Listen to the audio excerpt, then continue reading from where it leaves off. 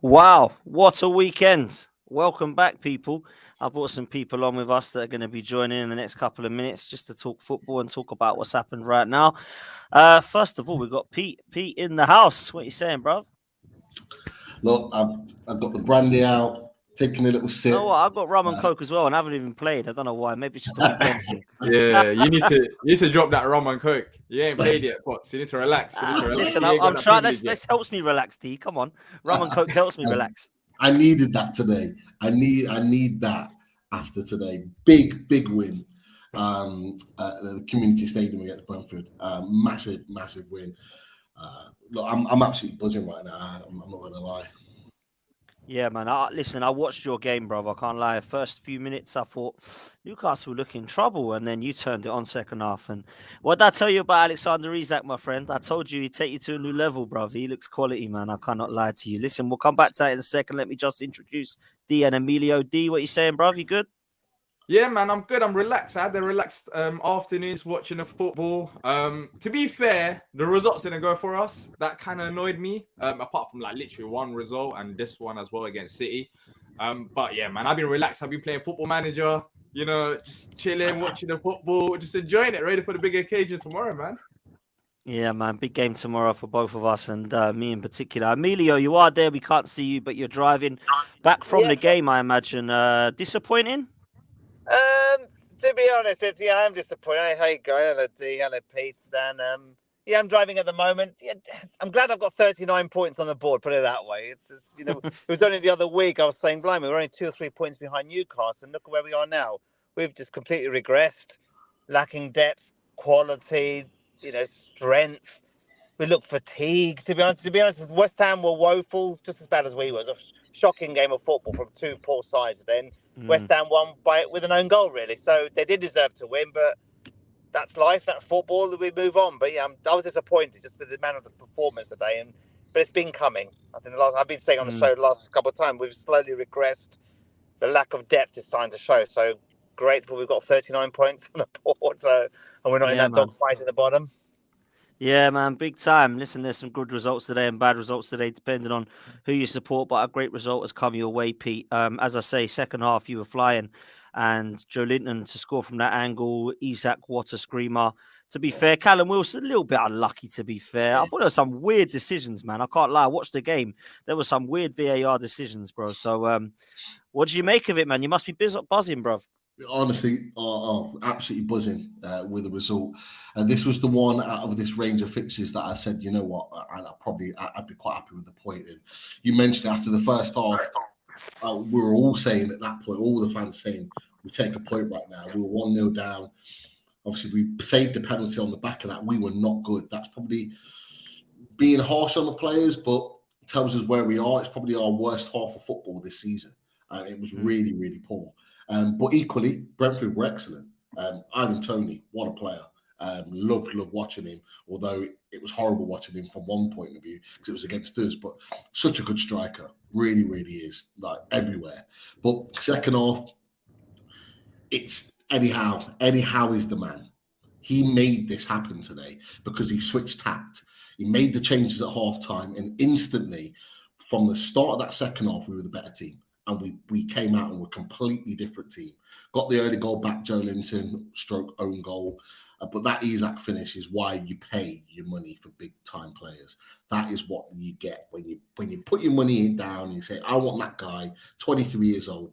That is what you pay your money for, because there's no other player on the pitch that scores that goal. One touch, bang, swerve into the top corner. Keeper had no chance. And you're right. Wilson was really unlucky, to be fair. I thought it was harsh. But, I'll be honest with you, VAR and the referee were against us all game. We weren't getting anything from them. So we had to do it the hard way. We had to do it the right way by playing the football. So I'm proud of the boys. And on to Villa. Massive game away at Villa next Saturday. That's huge. That's actually big, That's actually really big. That is a big game. Third. Yeah. And plus, look, we'll probably talk about Villa in just a second. But quickly going on to VAR. Today, I think it was a horrendous day for VAR. Like, I'm not Brighton's biggest fan, but I was watching a Tottenham-Brighton game. And they got robbed. Shambles. That's the only way to put it. They absolutely got robbed. 2 VAR decisions. It's controversial, like massive controversial. I think the first one with Matoma, they said it was a handball. It wasn't really a handball. I don't know how they didn't overturn that. And I honestly don't know how Tottenham won today, but I guess it makes it more exciting for the neutral for the top 4 race because, you know, with Newcastle winning, United winning, Tottenham winning, there's only like 3-point difference. But today, I shouldn't feel for Brighton fans, but I actually do, because if that was my team, I would genuinely be mad. Yeah, it was so mad right now. Absolutely embarrassing as far as I'm concerned. And Pete, I know you've got to shoot because you're going over to Loaded. So make sure if you're a Newcastle fan, go follow Pete over there. Before you do go though, bruv, I just wanted to big up a player that you have absolutely rightly so given credit to today. I know he gave away a penalty, but that Sven Botman guy, like, he reminds me of Thomas Vermaelen in terms of his stature and the way that he plays. He looks like an absolute unit, and I think that he deserves credit. Bruno Guimaraes today was just pulling the strings in midfield. I honestly think Bruno Guimaraes got injured in the warm-up. So that performance from Bruno Guimaraes today and how good he was playing at 70%. Wow. Which tells you everything you need to know. Bro, you're in the Champions League this year. Honestly, you're in the Champions League. You are, bruv. You are. 100. You are. Listen, get yourself off, Pete. Thank you for jumping on, bro. I know it was quick, short, and sweet. Take care, Pete, yeah? Yeah. You'll be back here, man. You know you will. Absolutely. Take care, boys. Good to see you. Take care, bro. Take care, man. Take it easy. Enjoy it. Enjoy the celebrations. Absolutely. Lil Dan, what are you saying, bro? You good? Oh, good, mate. Pete can fuck off. What's he doing in here tonight? They're like, they're with you, Dan. Champions League. They're not fucking D's in here, bro. Joke. You just won a game. You just won one game.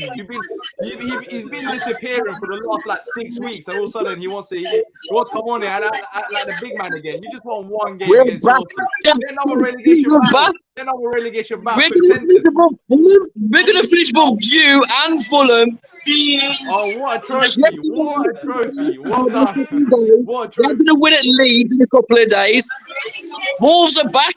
Emilio, I can see Emilio in here. We're 8 points behind Fulham. We're coming for Fulham. We're coming for Chelsea. We're gonna finish above everyone in here but Arsenal. I swear only like 2 days ago, he was the one that was saying like, you know what, I'm not too sure, you know, like it's not looking that great. I can't hear any of this bullshit. I'm gonna have to leave. I really appreciate it, but I can't hear a thing. Nice, calm, man. Listen, well done. Congratulations on your 3 points, bro. Let's cabinet. There we go. This guy's just talking. I can't hear a thing. All I can hear is hello. You beat Chelsea. You didn't win European trophy. Crystal Palace. You're talking like you won a trophy. You just beat Chelsea. I mean, it's easier nowadays and harder to not beat. Like, you should be beating Chelsea. You didn't win the European trophy, by the way. It's got to be one of the. That's got to be one of the best entrances ever on this show. I think. I'm not gonna lie. I mean, that puts Lawless into. That makes Lawless less shameless. Like, that was so shameless. How on earth did he just come on here and act like they're gonna be in the Champions League after beating Chelsea? Like, honestly, he's literally so tanked up. It's unbelievable. I can't even lie. It's mad. It's mad. Listen, Emilio, might as well come to you because us three have been chilling today. It was bad times, mate, for Fulham, and it has been for the last couple of weeks, Emilio. I can't lie. West Ham, I fancied you to take something off of them. They've been dreadful. It just didn't happen today, man. What went wrong? Well, I actually predicted we'd lose 2-1. So again, I don't like to predict myself, you know, my team to lose. But I didn't think we'd win. I think West Ham, I thought we're going to bounce back from their dreadful performance on Wednesday, but they were woeful. And the fact that we lost at home to them says it all. We had, 78% possession first half, no shots on target. That's a problem. Yeah. You know, Mitrovic. We're passing the ball well, but poor final ball, lack of quality. Yeah, by default, yes, but he wasn't on fire a month before he got the suspension. He got sent off against Man United. So I think since we played Wolves in February, towards the back end of February, we've been slowly regressing. We lost comfortably against ourselves, Dan, a month or so ago. Brentford beat us comfy at their ground. You know, we lost, put the Man United performance aside. But Bournemouth last week, we should have won. We're 1-0 up. They came out second half and turned the game around. Today, we could have played for another week, 10 days. We wouldn't have scored a goal. Not because West Ham were good. the fact is we've got passing, and passing is slow, backwards, sideways, cross. We're very predictable at the moment. I think I've said it before. We punched above our weight, and we're starting to see that. So, thankfully, we've got 39 points. I'm proud of the way this team have gone. We've survived this season, but next year I'm worried.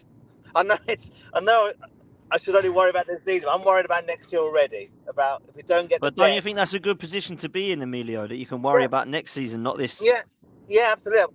Thank God we're not in Joe the would take that. bottom. Joe would. Oh, mind you, Joe's confident now. Joe's cocky. Joe's He's like, confident. No. The results didn't go as planned today, so I'm a bit like, ooh, we've now definitely got to win tomorrow. Definitely, you know. Well, that's tough. Tough for you. We're lacking quality. We're lacking quality.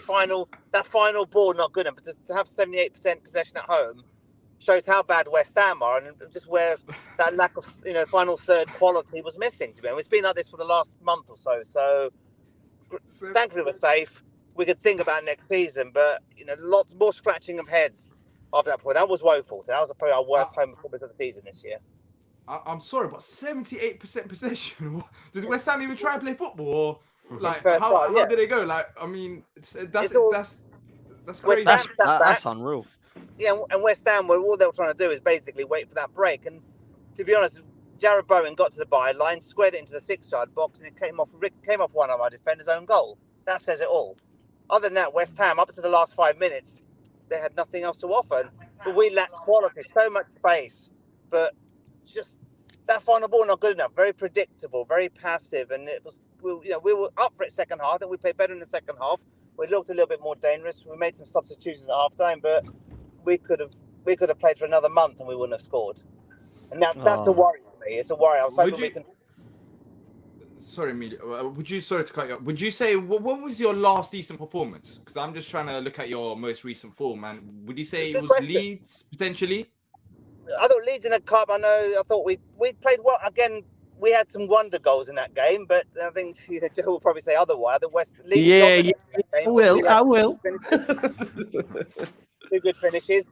I think Chelsea at home, and this goes back in January. Since then, it's been Brighton away. I think we nicked it, but that's what we were made of in those days. We could fight, scrap, and not win well. But now recently, if we're not playing well, we're not winning. We're not scoring, let alone winning games. So I'm worried that we've declined quite sharply. It was not long ago we were talking about European campaign, and what was I saying to you, Dan? I said I don't want anywhere near a European campaign. I just want to stay in the Premier League and push on. That was my fault. I've said it all from day one. I don't want a European campaign. Now look, we're declining quite a bit. The fact that we're still above Chelsea. You jinxed it, Emilio. You said of Europe, and now you can't get near it. Yeah. Do you know what, Emilio? League defeats. Do you know what as well? I was listening to I'll tell you what it was. It was the Fantasy Premier League pod, and Carl Anker was on there, and he was chatting, and he was saying there's chat amongst the athletic journalists that they're already tipping Fulham for a relegation battle next season. And just based on what you said, it's quite interesting because they were saying, they're massively outperforming, or were massively outperforming their XG, etc. You know what I mean? So even they were saying that. So it's quite interesting hearing you say that as well. I've always been quite open. I said, look, the players who've got us where we are punched above their weight. Very proud of their performances. We were difficult to beat, but when things are not gelling, we're lacking quality. No goals. We're starting to struggle to find goals. And I always said if we were conceding 2, we were able to find a way to win by 3-2. Now we can't even score 1 goal in a game, let alone 2 or 3. So that's the worry. The goals have dried up. Not because Mitrovic is missing, even before whilst he was playing. The goals are starting to dry. I just think we're lacking a bit of quality and spark in the middle of that pitch to create enough clear-cut chances. And when things aren't gelling, we're not creating it. Today, it's a good example. A lot of possession, but where it counted, very, very poor. And West Ham, despite the fact they're woeful, they won by an own goal. That tells you the whole picture of today's game. Well, they're a shambles. I watched them against Newcastle. They are absolutely in the mud. They do it though, Potts. They do it though. Like, have you noticed? They have like one very bad game, then the following game they bounce back. Yeah. And then that's how Moyes keeps his job. Like it's always after the horrendous games that they just manage to get results and Moyes keeps his job. In a funny way, for the neutrals, I'm looking at that and I'm thinking, you know what? I'll take that at this point, because if they keep him till next season, then I know there's going to be troubles then. I'd rather that they keep him until the end of this season and then go through pre-season with him, and then next season, start the season with Moyes. If they can do that, then I'll be happy with that, because that's going to be a wasted summer. Yeah, I agree with you. That's what I was worried today. The fact that they had a dire performance against Newcastle, could they turn it on today? But they didn't turn it on. They just won by a fluky own goal and poor quality, from Fulham. The other day we weren't good enough, to be honest. We should have been with that level of possession at home, more up for it. We were the better team, but if you lack in quality, some spark in the middle of the pitch, you're not going to create anything. That was missing. We had that golden chance at the end when Pereira one-on-one missed, bad touch. Was trying to get past Fabianski. Had he shot first time, I think we would have equalised and possibly even gone down to win the game. But no points, 4 defeats in the league on the bounce. That worries me. And to your point, Joe, I worry about for next season. I'm really worrying about next year. I don't think you have to do that yet, Emilio. Like, honestly, Yeah. I think you're jumping ahead, man. There's a lot of teams worse than Fulham, mate. Like, if you're worrying, wow, second season trust me. syndrome and depth. We need more depth. We need 5 or 6 new starting 11 players. I think you can get that though, man. I don't think there's any of those Fulham players that are going to be like, get me out of here. This is a disgrace. I need to play for a bigger club. Like, you might have a couple people sniff around your players, but I don't think it's like a mass exodus if Fulham don't get where they are. Because I think Fulham have overachieved massively. You've been the surprise package for me still this season. Yeah, exactly. Now we're seeing the start of the season. Why we're just final third of the season. We're just lacking a bit of, we're fatigued. I've said that for a while now. We look tired. The squad hasn't got the level of capacity and depth that we need. And the fact, all credit to the team, we've got the 39 points, but it's just, we should have pushed on. We should be competing against the likes of Brentford and Brighton for that sort of top 6, top 7. But they've slightly pushed on, and we've just literally left lagging behind. So yeah, I'm not complaining. 39 points. Great achievement for this club. Everyone predict us to go down, and we've defeated the odds. But there's still a few more. I'd like to push on to the last 10 games of the season, pick up another 9-10 points, and wrap up the season. But I can't see where the next point's going to come from at this rate. That's the problem. Yeah, and it is like that at the moment. There's a few teams like that, and I want to move on to one that is like that before I come on to the shambles that is VAR. Leicester City are in trouble, as well as Nottingham Forest. Them two clubs right now, do you know what? I'll come to Joe with this actually, right? If someone come to me, Joe, and said Bournemouth are going to finish higher than Leicester and Forest, I wouldn't tell them they're buzzing. At the moment, they look worse than Bournemouth, mate. And everyone's put Bournemouth dead and buried. So I don't know what your thoughts are, Joe, but Forest and Leicester, I mean, where do they go from here? Yeah. I was chatting to my mate earlier on, actually, and said, I think the bottom 3, I think my current opinion, and of course it'll change, is Southampton, Forest and Leicester. I just, like, you even have a look at James Maddison's post-match. I'm not sure it's overly convincing. My mate was telling me he's had to delete his Twitter because if you remember, he tweeted out, didn't he, giving stick to a journalist saying, we are not in a relegation fight, stop with the negativity. So obviously he's going to be getting jumped on. And I'm not condoning any sort of abuse because he's probably received that as well. But just coming up with that type of, when we're not in a dogfight and I don't know. And look, Jesse Marsh's going in there. There's a lot of Leicester fans convincing themselves that he did it with Leeds, he's the answer, etc. Believe me when I say it's some of the worst football I've ever had. The worst football I've ever seen. He totally negates any type of width. If I look at the players that they have at the disposal, I look at Harvey Barnes. He's one of their key men. He's a winger. He's going to be asked to be playing straight through the middle at times. We had a running joke within the fan base. We used to call it penis ball because basically it was just straight down the middle. Like, genuinely, Leicester fans, if there are any watching, wait till you see it in the ground. When you see it in person, it's because on TV it might not do it justice, but if you're up in the stands and you can see it for what it is, it's literally straight down the middle. You're asking James Maddison, who's a top creator, to be able to create chances in an area that's so congested. This was the problem with Leeds United, it is so congested, so tight. There's been the video doing the rounds about him saying, look, the goals in the middle of the pitch, not out wide, and we want to score goals. Like, I mean, talking about the end line and that, the goals on the end line in the centre of the pitch, not on the, flanks and all that sort of stuff. Like, I hate to be... People think I'm anti-American. I'm not, because we've got Tyler Adams, we've got Brendan Aronson, etc., Weston McKennie. It's an easy trope to throw at fans to say, oh, it's because he's American. It's not. He's just, for me, a woeful football manager. So I'm genuinely surprised that he's managed to get a job. Yeah, like... He didn't get the Southampton job for whatever reason. And I was surprised even they were going to lump on him, but I sort of understood it because they had Ralph Hasenhüttl. They're both from that Red Bull model, probably more suited to Jesse Ball. But Leicester's so far removed from it. And I just don't see how he is going to get a tune out of Leicester City. I think they have Man City next, all right? Who is it next? They've got a tough City. game. It is City. Yeah. Yeah, they're not winning that, are they? So then games are running out. Like, come on, we're in single figures now. People are picking up points. Bournemouth, West Ham, Wolves. If, you know, Palace and Leeds could share points tomorrow. Leicester, there is a gap creating. And it's going to be hard for them to dig themselves out of it. And is Jesse going to be able to do that? My answer is no. I think it's laughable. And to be honest, we play them on the 25th of April at Ellen Road. I cannot wait. Imagine you lose that. I know, bro. Listen. If you lose that, Joe, you're in the mud, bro. Either way, destroys Garcia Ball. Whatever it's called, penis ball. Yeah. All I'll say on that, D, either way, if we win, we lose, my views on that video are going to be lit, so it's all good.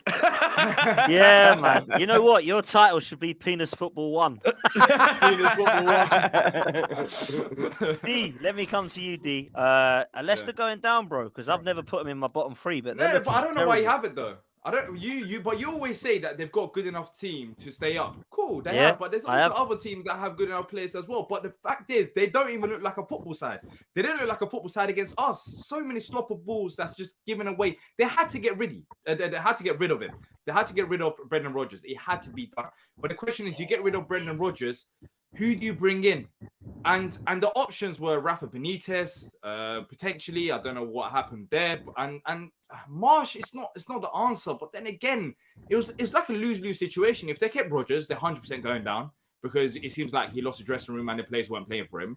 And now they get rid of him. It's like who else comes in for the next 9 games? And that's why I feel like, even though this might sound controversial, that's why I feel like Forest, for example, keeping Steve Cooper was the right thing because there's no managers out there. And it's not also realistic for managers to come in and with these games coming thick and fast to change things around and for the next 9 games keep a team up. It's very unrealistic. So either way, they had to change the manager. And, you know, Marsh coming in, I don't have hope for them. I don't think they've got a good enough squad to not go down. They've lost hope. The players out there, they've lost hope. Even today against Bournemouth, it was pathetic. They didn't. I'm going to say this now. If they hire Jesse Marsh, they're going to go down. Yeah, but even if they don't, though. So who did it? So who did I have to hire for you to say that they're going to stay up? Benitez?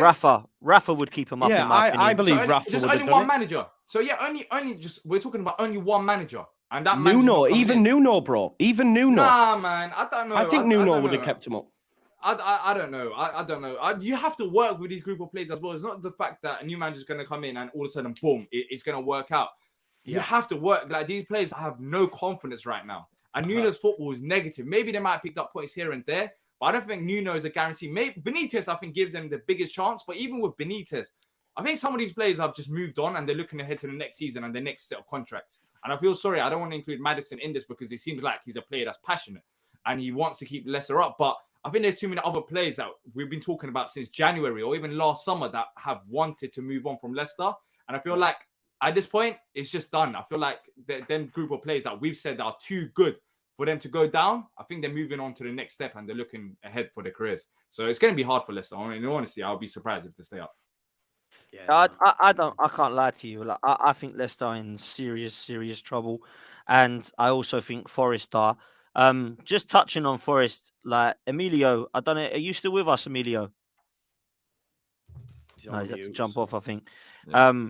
Joe, I'll come to you on Forest because for me today, I didn't expect him to win. Villa, for me, wow, we might as well talk about both of them at the moment. I can't even lie to you. One for good reasons, one for bad reasons. For me, Emery has done an unbelievable job there. If you think this is the same team that Gerrard had, and everyone loved Gerrard, don't know why, by the way. Everyone loved Gerrard, thought he was unreal because he got Rangers the title. I think I probably could have got Rangers the title. I never rated him. Never thought he'd do anything. I said Lampard and Gerrard will both get sacked. Yep. Boom, they both get sacked. But let's big up Emery a second because this is an ex-Arsenal manager who got a lot of stick. And I never thought he was a bad manager. I thought there was a lot of things going wrong for him as to why he lost the job. And I do believe that he should have got sacked at Arsenal, but unbelievable job so far. And I look at what Villa are doing. In the top 4 since he's taken over, if you look at the table. Yeah. Like they're heading for the Conference League and the European places, Joe, aren't they? Yeah, it's amazing, mate. And he's turned Watkins into a bit of a killer as well, which is quality to see because he's always had, that about him. Maybe his goal scoring at times a bit wayward, but he's always been a quality operator, even from the Championship days. So it's good to see him getting a tune out of him as well. Obviously, moving on Ings probably helped that situation. Like Ollie Watkins thinking, right, I'm the main man.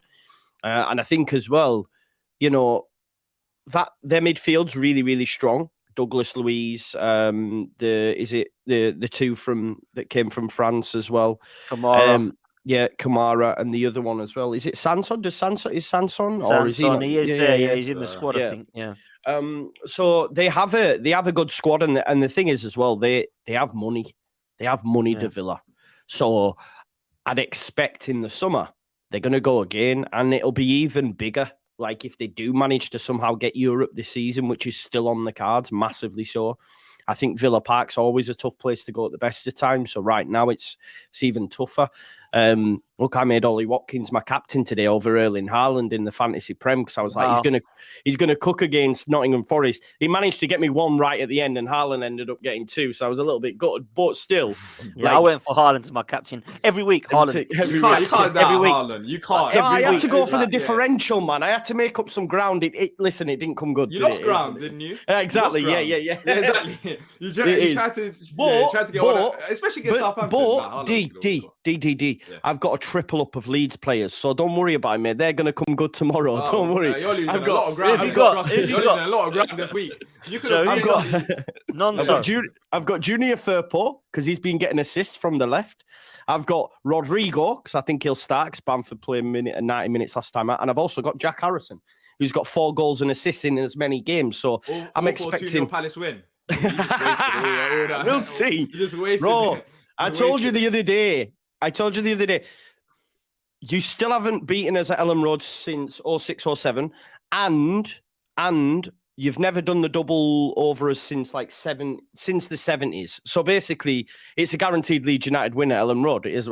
So don't worry. But you were asking me about Villa. Guaranteed no. Forget about Leeds United win. That's a guarantee right there. You're talking about 60s, 70s. Doing the doubles and all that. That's a guarantee. And I'll take it, honestly. I'll take it. No, I would. He's now got Roy Hodgson, so now he can't go for a win. He's got to go for a 0-0. That's what it is. Yeah. By the way, Potts, I wouldn't talk too much yet. Remember, tomorrow's a big game. Remember that. Tomorrow's a massive game, man. Tomorrow's a massive game. And City, look, they don't have to. They just answer. Like every time you ask them a question, no hesitation, straight away. Just like Google, type it in. They've got the answer right there. Arsenal, we'll see. Right now, I feel like Arsenal's more on a Yahoo type of vibes. Like they or Bing. Like they're good. They can give you solid answers. Look, we ain't played today, bro. Let's just calm, yeah. There's a lot to talk about. We ain't played today, bro. Let's worry about us tomorrow, yeah. Emilio, you back? Yeah, again? Yeah, I'm back, mate. Thank you very much. Yeah, back. Should we quickly about Emery? So I think it's yes, he's a good manager. I 100% get that. But there's times when managers they could be not so good at elite level. When I talk about the elite clubs, for example, like the likes of Arsenal, I was going to say Arsenal, man. You tried to stop yourself. You tried to stop yourself, but you were already there. You went elite club. Oh, damn. Like Arsenal. Yeah, exactly. Let's ignore that. Like elite clubs like PSG. Sometimes they can hit their ceiling. Sometimes they can hit their ceiling in terms of like, European competitions and how well they can do. To be fair, look at Arsenal, his European Europa League runners-up. Sevilla, 3-time Europa League winner. And Villarreal, they won Europa League under him as well. When you look at Aston Villa, I feel like Aston Villa fits more on the levels of Sevilla and Villarreal, where he's won Europa League. They're not like the top clubs in the country, but they're also, clubs that have got history that can be a solid team. So I feel like next season, watch out for Villa because I feel like they will compete in European competitions. I feel like they will qualify for Europe, and next year they might have a decent run in Europe because this is a manager that has won the Europa League a few times. Mate, and imagine if they get Conference League, Emery. Do you know what? If they get Conference League, I'd take them to win it. Yeah, they win it. Yeah, 100%. That's what I'm saying. But basically, if they get Europa League or Conference League, I feel like they're still pushing not just Conference League. I think Europa League as well. Because remember, they've got this squad now, but they're gonna build on that as well. Villa are not a small club; they're a big club. They've got massive European competition before as well. Exactly. So I assume they're gonna build on that. build on what they got this season. And based on what he's done elsewhere, I feel like Villa fits in the categories of the likes of Sevilla and Villarreal in terms of they're not the top in terms of competing for the league, but they're clubs that could do well in European competition. So next season, I'll watch out for Villa because they are forced to be reckoned with. Like, do you know what as well? Like, the more you think about it, because of the stature of Newcastle and Villa do have cash. You remember, like, it was top 4. Now we have a top 6. It won't be too long before it's classed as a top 8 because you'll be looking at Villa, and if they get it right, Villa and Newcastle will join them because Villa are a huge club, and with the backing that they've got, they have the chance, and they have a top manager. So unless it stays, I don't know, top 7 and Spurs drop out, because they're done for, aren't they? I know they got a win today, but it is what it is. Mate, let's not worry about Spurs. Look at the league table. They've still got like 8 more games to be played, and they're not that far off from Tottenham. I think, like, what is it, 6 points? And what's mad though is that, do you remember Billy on here like not long ago? We were like, "Oh, Billy, you can just chill. There's nothing to play for. You're the only team that's safe." And now look at them. They're like, "Wow, you're actually crazy." Exactly. That's a nice segue.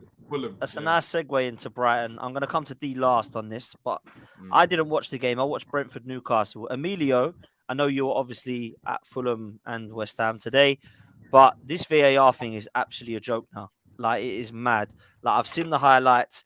Mitoma blatantly gets stamped on. It's a definite 100% concrete penalty. Nothing happens. The handballs were pretty soft, in my opinion. Perhaps the Mitoma one, not so much. I still can't work out. Maybe I've had too many rum and cokes, but I still can't work out what happened with the second Danny Welbeck goal. For me, Brighton deserved to win that game. I know D hates Brighton. He's even said they did deserve to win it because it was a shambles. For me, Tottenham got annihilated.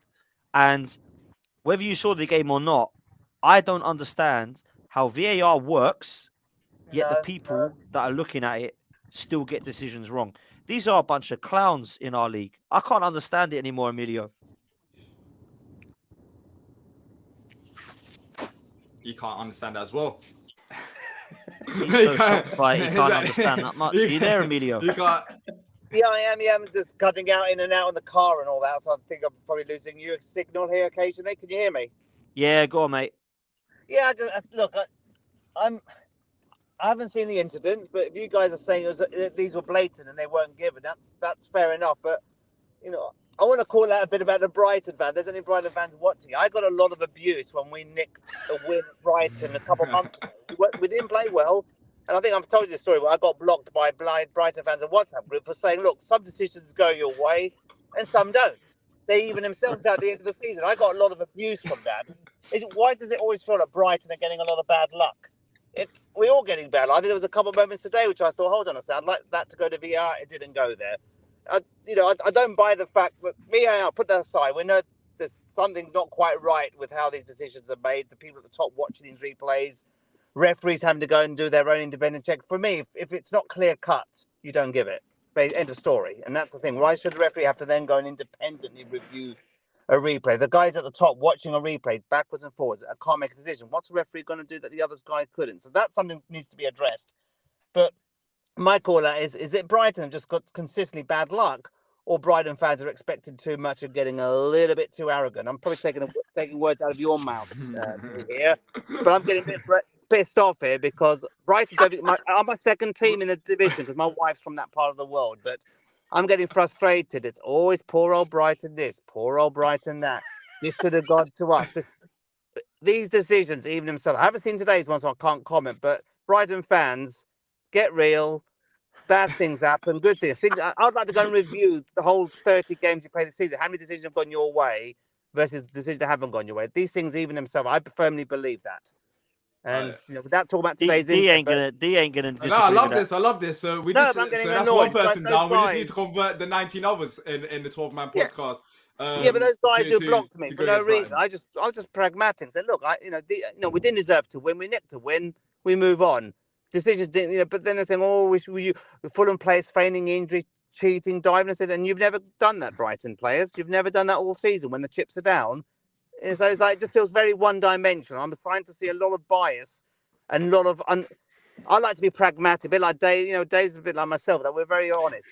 We criticise when things are we're not playing well, but we'll give praise when they're doing well. And Brighton fans, it seems to be there's always an excuse That's what it feels like at the moment. I love you, Emilio. I love I'm this getting a bit passion. frustrated. And my wife won't mind me saying that, but it's like it's always poor Brighton this, poor Brighton that. Should have had this. We should have. What about poor Fulham this, poor Palace that? Never any. They're never pragmatic. And that's what I'm finding. So Brighton fans, if you're on the phone, you can block me on Twitter. Do what the hell you like. I'm getting frustrated. It's always Brighton getting a lot of sympathy. There's 20 teams in this division, not D one. is loving this. D is loving this. This is great. This is great. I feel like I'm fed up. it took us a while, but we got here.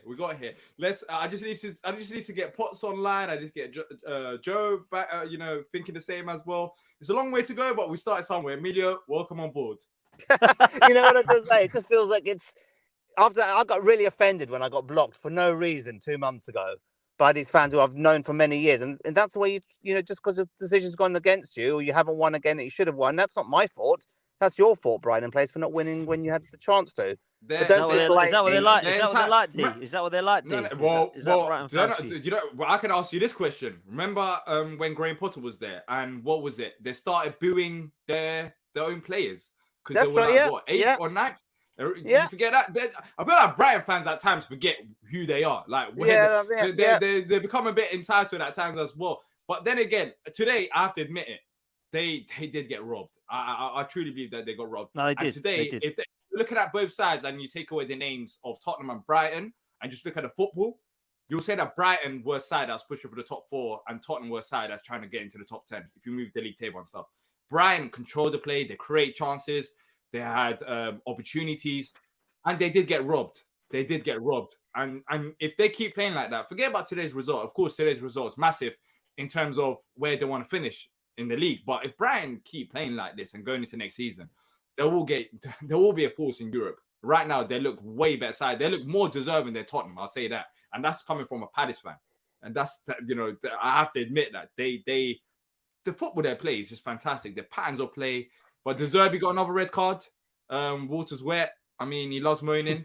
And I guess what's funny though? I put this on the group. I mean, even Toby, who's a Spurs fan, and everyone knows on this channel, was like, "How the hell did we win that game? Like, Brighton got robbed." Yeah, there you go. But what's funny is Stellini's now been red carded, which means he's the caretaker manager. The Spurs now need another caretaker manager to take over from the caretaker manager. For Ryan Mason, I love it, brother. I love it. Like, they're the gift that keeps on giving this club, man. I tell you, it's absolutely embarrassing.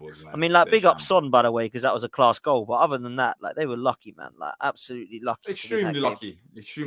Exactly. Brian should have won that game. Forget about coming away with like barely with nothing. Like, Brian should have. Yeah, they should have won that game. Do you think there's any? Joe, I'll come to you with this. Brighton, Spurs, Liverpool. Top 4? Do you think Newcastle and United might wrap this up now? Yeah, I think so. Yeah, I think Newcastle are in there. Big win for them today. I think they were 1 down, weren't they? And they come back 3-1. They've had some great results. I think beating Man United, that's a huge shot in the arm for them. And I think it's sewn up now. Yeah, I would say so, mate. Yeah, for sure. I don't see anyone outside of Newcastle and Man United finishing in there. I just can't. Liverpool are rubbish, aren't they? Liverpool are rubbish at the minute. So, don't say that, man. We got them tomorrow. Yeah, they are. I agree. Liverpool are terrible side. He so wants us to lose. It's unbelievable how much. No, I don't. I'm just saying, they're not a good side. They do struggle. They've been struggling quite a bit. At Anfield, though, it's different. It's different. Yeah. Stop trying to downplay the game. Listen, I'm not downplaying. I'm just saying they are a good side at Anfield. If it was at the Emirates, I'd say we'd smoke them, but I don't think we'll smoke them tomorrow. It's going to be tight. I think top 4 is pretty much settled. I'll be very surprised. But then again, there are 8 games to go. Brighton are the ones, though. Brighton are the ones that could surprise and sneak in there. And they got 2 games in hand. Don't forget that. One game in hand, depending on who you're looking at. They got 2 games ahead of Tottenham. I guess. But I think it'll be tight. I think it might be tight. It might come down to the final day or final 2 games. But at the end of it, I'll be very surprised if it ain't the top 4 right now in terms of Newcastle, United, Arsenal, City. Yeah, I've got to say I agree with it. And it wasn't long ago that I actually didn't put the top 4 as that. But I think it will be now, if I'm honest. Emilio, do you see the top 4 anything different than what it is at the moment? I don't think so, to be honest with you. It's a new, I think Newcastle have, just excelled. Like I said the other week, it was only Fulham and Newcastle 3 points behind one another, and that's something they've pushed on, winning back-to-back games, and we've struggled. So the division doesn't lie. I think that's probably where I'm coming from. I think the best teams there. Because when it gets to the business end of the season, it's all about consistency. I think you can only ride your luck, for so long in the season, if that makes sense. I think if you normally quality starts to shine. I think we're starting to see the top 4 teams, securing those the Champions League spots. But Brighton is again. I want to see the replay today. I know Ed's made some comments about me hating Brighton. I don't hate Brighton. I just thought I think you took the right adjective out of my mouth. They feel entitled. It just feels like it's always a little. I don't have to slander Brighton anymore. Emilio can do it for me. I don't have to talk about Brighton anymore. I'm done. I'm retired from the Brighton slander. They're starting to feel a bit entitled. And just look, you've had an excellent season, great manager. You're probably equally punching above your weight, but be realistic sometimes. And but Villa is the surprise package of the season for me. I think the fact that Villa have pushed on and look on current form, they're going to get a European place. So the Brighton versus Aston Villa for that final European place, that'll be fun. But yeah, I think the top 4 places are pretty much secured in my opinion. I love it, Emilio. Honestly, I don't know. Maybe look, I don't normally get on my high horse, but for those guys who blocked me a couple of months ago, that's why I feel like I'm entitled to have my opinion as well. And it's like this has really affected Emilio, man. It has, man. I don't normally get offended, but that's offended me. Those guys for saying nothing wrong. I'm blocking Emilio. It was only football, and it's. Maybe we should put a petition out, Emilio, like get you back in the group. Who blocked you? Let's find out who blocked you. We should. Not going to say names. He's not going to say names. Not saying any names. No. They know they are. They know. You know. I don't need them. I don't need them. You don't need them, mate. You've had a good season, so just it's calm. Exactly. Listen, before we wrap up, I want to ask you, and this is actually quite funny for all 4 of us to laugh at. Can we just take a second to laugh at Chelsea at how bad they are? Because it's actually embarrassing. It is actually brilliant. Like, I mean, Emilio must be laughing at that. D, you must be loving it. Laughing. Yeah, Joe ain't laughing. Yeah, we ain't laughing. I think because I don't know about you, Joe, but I think it's hilarious. No, I can't stand Lampard though, bro. I can't stand Lampard. No, I can't stand Lampard, but I'm talking about today's result. Today's result. No, it weren't great. Yeah. I mean, Wolves getting a win. Does it not make it a little bit softer though? That Chelsea. Yeah, it does for me, bro. It does for me. I can't stand Lampard. Of course. It'd be funny if Lampard gets dragged into a relegation battle another time with the second club in the season. It would be Chelsea. But no, jokes aside, I mean, where do you start with Chelsea? Like, where do you start? There's so many things that's wrong, and it's bigger than a manager. It's bigger than Frank Lampard. Let's be honest. Even Potter, I'm a big Potter fan, and I feel like it goes down to the owners. It goes down to the owners that they're in this position. They've brought in a lot of players, and I understand they've got some quality. Do you want to hear the funniest stat ever, D? It's a rush. It's a rushed rebuild. The funniest stat ever is N'Golo Kante's last 4 games have been in with 4 different managers. That is got to be the best stat ever. Why didn't he start today? I don't know. Like, it makes no sense. Like Conor Gallagher, Lampard, Tuchel, Potter, and Bruno. He's started in the last 4 games for Chelsea. That is absolutely embarrassing. It's pathetic. Like Cucurella, £6 million. Are you serious? Wow. That's been terrible. Massive flop. That's a massive flop. But you look at the midfield. Why is Gallagher starting? Why is Conor Gallagher starting? I know Gallagher. Hang on, he was good for you, man. Come on, D, man. He was amazing for you. No. He was amazing for us. But he's a system player. And when he left Palace to go back to Chelsea, there was always a big question mark because you have to put him in the right system. Should have stayed at Palace, in my opinion. What was that? Should have stayed at Palace, in my opinion. Yeah, I know, but people, the hype was mad because when you look at the numbers and what he done for Palace, yes, he was brilliant, but he was brilliant because he was a great. Remember, he played in the Premier League at West Brom. It wasn't the first time he played in the Premier League at Palace. Before at Palace, he was on loan at West Brom under Allardyce, and there wasn't much Conor Gallagher talk then. At Palace, it worked on the Vieira system, but you can't start Gallagher. I'm sorry, but you can't start Gallagher and drop the likes of Kante. And you look at the options, some of the other options that they've got. Lampard don't have a Scooby-Doo though, bro. Literally, Lampard does not have a clue what he's doing. He doesn't. Absolute facts. He doesn't. I don't know. So bad. They might as well have just kept Potter. I do not understand it. I genuinely do not understand it. I think it's a shocking decision. It proves to me the board have no idea what they're doing. No. Yeah, but Potter, it's Chelsea fans that didn't want Potter. They blamed it on Potter like it was all Potter's fault. 100%. The manager plays a part, of course. Yeah, 100%. I agree with that. but it's bigger than a manager. Like the amount of players that they brought in is not realistic. You're talking about players changing. You just look at Forest; it's exactly the same. It's exactly the same, just at different ends of the table. Why did they rush it though? Why did they rush it? What was the need for rushing the process? Like, what was the need? You start from the back, start with the goalkeeper and the defense and the midfield, and take your time with it. You got the summer window as well. I don't get the need for rush, and it comes from people making decisions that don't know about football. That don't know about football. That's what it comes down to.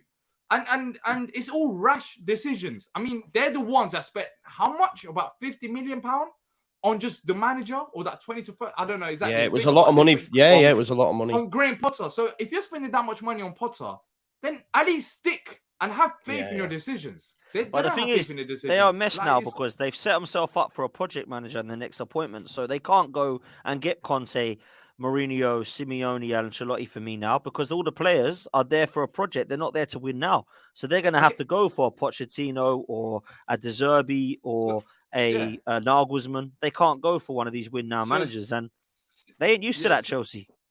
Yeah, since Bowley's come in, look at the managers. They went from Tuchel to Potter to Lampard.